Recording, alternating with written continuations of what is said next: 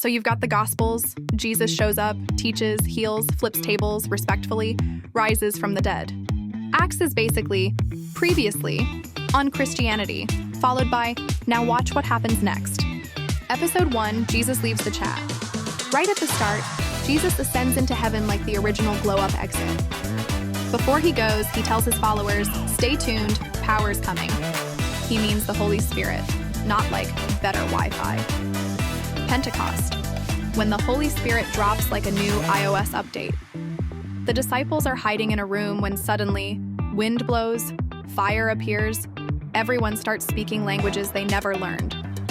Basically, Holy Spirit, instant superpowers, plus courage patch. People outside hear them and are like, are these dudes drunk? Peter's like, it's 9 a.m. chill. Then Peter gives a fire sermon and 3,000 people join. Acts calls it a church. Gen Z might call it a grassroots social movement with insane engagement rates. Peter, the comeback arc.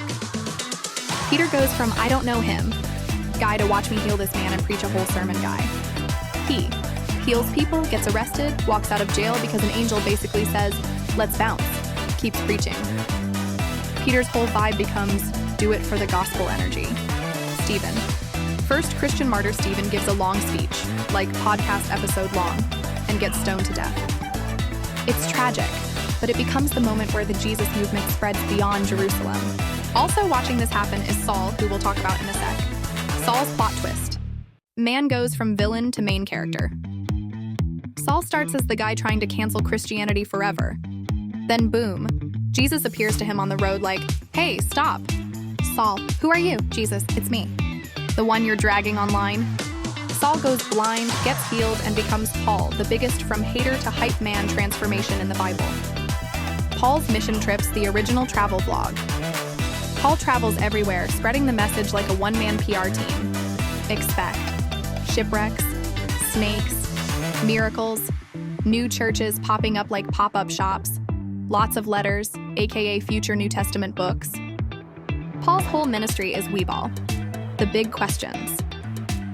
The early church faces Acts also shows the early Christians figuring out, do non-Jewish believers need to follow Jewish customs? Apostles, nope, don't gatekeep Jesus. How do we love each other and care for the poor? How do we survive persecution? It's like watching a startup develop its brand, values, and mission statement under serious pressure. Season finale, Paul in Rome.